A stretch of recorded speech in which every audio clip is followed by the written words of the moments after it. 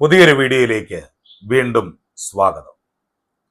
വിശുദ്ധ ബൈബിളിലെ ഏറ്റവും പ്രശസ്തവും എന്നാൽ പലപ്പോഴും ആളുകൾ തെറ്റായി ഉദ്ധരിക്കാറുള്ളതുമായ ഒരു വചനമുണ്ട്. 1 തിമോത്തിയോസ് 6 അധ്യായം 10 അപ്പോസ്തലനായ പൗലോസ് ശ്ലീഹ പറയുന്നു, ദ്രവ്യാഗ്രഹം സകലവിധ ദോഷത്തിനും മൂലമല്ലോ. ശ്രദ്ധിക്കുക, പണം തിന്മയാണെന്നല്ല ബൈബിൾ പറയുന്നത്, മറിച്ച് പണത്തോടുള്ള അമിത സ്നേഹവും അഥവാ ധനത്തോടുള്ള ആർത്തിയാണ് എല്ലാ പാപങ്ങളുടെയും വേര് എന്നാണ് പറയുന്നത്. യേശുക്രിസ്തു തന്റെ പരസ്യ ശുശ്രൂഷയിൽ ഏറ്റവും കൂടുതൽ മുന്നറിയിപ്പ് നൽകിയിട്ടുള്ളത് ദൈവത്തിനും മാമോനും അല്ലെങ്കിൽ ധനത്തിനും ഒരേ സമയം ദാസനായിരിക്കാൻ കഴിയില്ല എന്നാണ്. പണത്തോടുള്ള ഈ അമിത ഭ്രമം ഒരു വിശ്വാസിയുടെ ആത്മീയ ജീവിതത്തെയും ഭൗതിക ജീവിതത്തെയും എങ്ങനെ തകർക്കുന്നു എന്ന് വിശുദ്ധ വേദപുസ്തകത്തിന്റെ വെളിച്ചത്തിൽ നമുക്ക് പരിശോധിക്കാം. ഒന്നാമത്തെ വലിയ വിന, പണത്തോടുള്ള പ്രേമം മനുഷ്യനെ ദൈവത്തിൽ നിന്നും ആത്മീയതയിൽ നിന്നും പൂർണ്ണമായി അകറ്റുന്നു എന്നതാണ്. ഒരു മനുഷ്യൻ ദൈവത്തെക്കാൾ കൂടുതൽ പണത്തെ സ്നേഹിക്കാൻ തുടങ്ങുമ്പോൾ അവന്റെ ഹൃദയത്തിലെ ദൈവത്തിന്റെ സ്ഥാനം പണം കൈക്കലാക്കുകയാണ്. ബൈബിളിൽ ഇതിന് ഏറ്റവും നല്ല ഉദാഹരണമാണ് ധനികനായ യൗവനക്കാരൻ. മത്തായിയുടെ സുവിശേഷം 19 അധ്യായം 16 മുതൽ 22 വരെയുള്ള വാക്യങ്ങളിൽ നാം ആ യുവാവിനെ കാണും. നിത്യജീവനെ അവകാശമാക്കാൻ ഞാൻ എന്ത് ചെയ്യണമെന്ന് ചോദിച്ചും കൊണ്ട് യേശുവിന്റെ അടുക്കിലേക്ക് ഒരു ചെറുപ്പക്കാരൻ വരുന്നു. അവൻ എല്ലാ കൽപ്പനകളും പ്രമാണങ്ങളും പാലിക്കുന്നവനായിരുന്നു. എന്നാൽ യേശു അവനോട് പറഞ്ഞു, നിനക്കൊരു കുറവുണ്ട്, നിനക്കുള്ളതൊക്കെയും വിറ്റ് ദരിദ്രർക്ക് കൊടുക്കുക, പിന്നെ വന്ന് എന്നെ അനുഗമിക്കുക. ആ ഒരൊറ്റ വാക്കിൽ അവൻ ദുഃഖിതനായി പിന്തിരിഞ്ഞുപോയി. കാരണം അവൻ ദൈവത്തെക്കാൾ കൂടുതൽ തന്റെ സമ്പത്തിനെ സ്നേഹിച്ചിരുന്നു. ഇതിനു ശേഷമാണ് യേശു ആ പ്രശസ്തമായ വചനം പറയുന്നത്, ധനവാൻ സ്വർഗരാജ്യത്തിൽ കടക്കുന്നതിനേക്കാൾ ഒട്ടകം സൂചിക്കുഴയിലൂടെ കടക്കുന്നത് എളുപ്പം. സമ്പത്തുണ്ടാകുന്നത് പാപമല്ല, എന്നാൽ സമ്പത്ത് നമ്മുടെ ഹൃദയത്തെ ഭരിക്കുമ്പോൾ ദൈവവചനത്തിന് അവിടെ സ്ഥാനമില്ലാതെയാകുകയാണ്. വിധക്കാരന്റെ ഉപമയിൽ മുള്ളുകളുടെ ഇടയിൽ വീണ വിത്തിനെ കുറിച്ച് യേശു പറയുന്നുണ്ട്. ഈ ലോകത്തിന്റെ ചിന്തകളും ധനത്തിന്റെ വഞ്ചനയും വചനത്തെ ഞെരുക്കിക്കളയും. പണത്തിന് പുറകെ പോകുന്നവൻ പ്രാർത്ഥനയും വചനവായനയും ദൈവാലയ കൂട്ടായ്മകളും ഉപേക്ഷിക്കുകയും ഒടുവിൽ ആത്മീകമായി മരിക്കുകയും ചെയ്യുന്നു. രണ്ടാമത്തെ വിന, പണത്തോടുള്ള ആർത്തി മനുഷ്യനെ ചതിയിലേക്കും ഭയങ്കരമായ തകർച്ചയിലേക്കും നയിക്കുമെന്നതാണ്.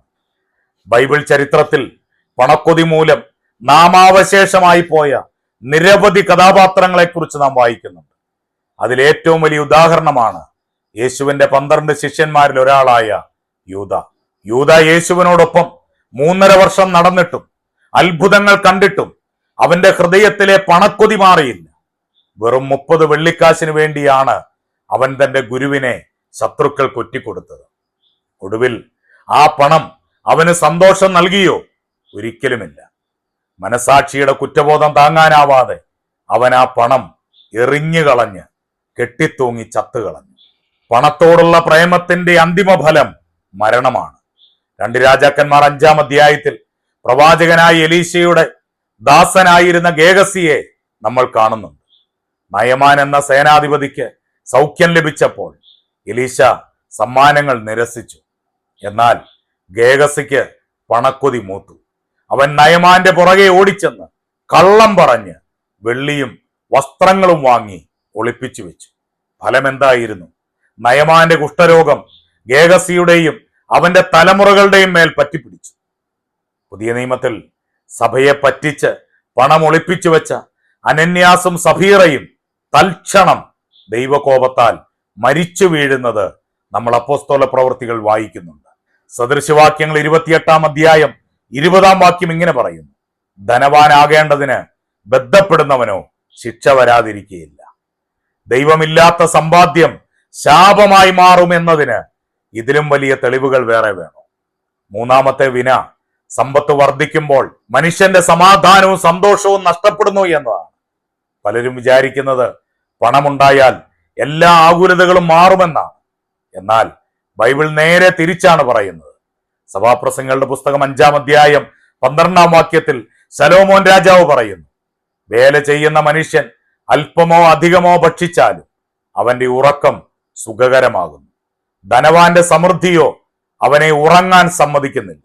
സഭാപ്രസംഗി 5:10 പറയുന്നു, ദ്രവ്യപ്രിയന് ദ്രവ്യം കിട്ടിയിട്ടും ഐശ്വര്യപ്രിയന് ആദായം കിട്ടിയിട്ടും തൃപ്തി വരുന്നില്ല, അതും മായയത്രേ.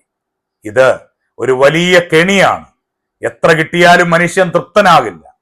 ലൂക്കോസിന് സുവിശേഷം 12-ാം അധ്യായത്തിൽ യേശു ഒരു ഉപമ പറയുന്നുണ്ട്. ഒരു ധനികന്റെ നിലം നന്നായി വിളഞ്ഞു. അവൻ വിചാരിച്ചു, എന്റെ കളപ്പുരകൾ പൊളിച്ച് വലുതാക്കി പണി, എന്നിട്ട് എന്റെ പ്രാണനോട് പറയും, നിനക്കേറിയ ആണ്ടുകൾക്ക് മതിയായ അനവധി വസ്തുവക സ്വരൂപിച്ചു വെച്ചിരിക്കുന്നു, ആശ്വസിക്കുക, തിന്നുക, കുടിക്കുക, ആനന്ദിക്കുക എന്ന് പറയും. ദൈവമോ അവനോട്, മൂടാ, ഈ രാത്രിയിൽ നിന്റെ പ്രാണനെ നിന്നോട് ചോദിച്ചാൽ പിന്നെ നീ ഒരുക്കി വെച്ചത് ആർക്കാകുമെന്ന് പറഞ്ഞു. പണം നൽകുന്ന സുരക്ഷിതത്വം താൽക്കാലികമാണ്. മണ്ണിലെ തുരുമ്പും പുഴുവും അതിനെ നശിപ്പിക്കും. കള്ളന്മാർ തുരന്ന് കവർന്നുകൊണ്ടുപോകും. ഈ ഭയം കാരണം ധനികൻ ഒരിക്കലും സമാധാനത്തോടെ ജീവിക്കാൻ കഴിയില്ല. പ്രിയ സഹോദരങ്ങളെ, ബൈബിൾ സമ്പന്നരാകുന്നതിനെ എതിർക്കുന്നില്ല. അബ്രഹാമും ഇയ്യോബും ശലോമോനും ഒക്കെ വലിയ ധനികന്മാരായിരുന്നു. എന്നാൽ അവർ പണത്തെയല്ല, ദൈവത്തെയാണ് സ്നേഹിച്ചത്. പണത്തെ അവർ ദൈവരാജ്യത്തിന്റെ മഹത്വത്തിനായിട്ടാണ് ഉപയോഗിച്ചത്. അപ്പോസ്തലനായ പൗലോസ് ഫിലിപ്പിയ ലേഖനം 4-ാം അധ്യായം 11-12 വാക്യത്തിൽ പറയുന്ന ഒരു വലിയ മർമ്മമുണ്ട്.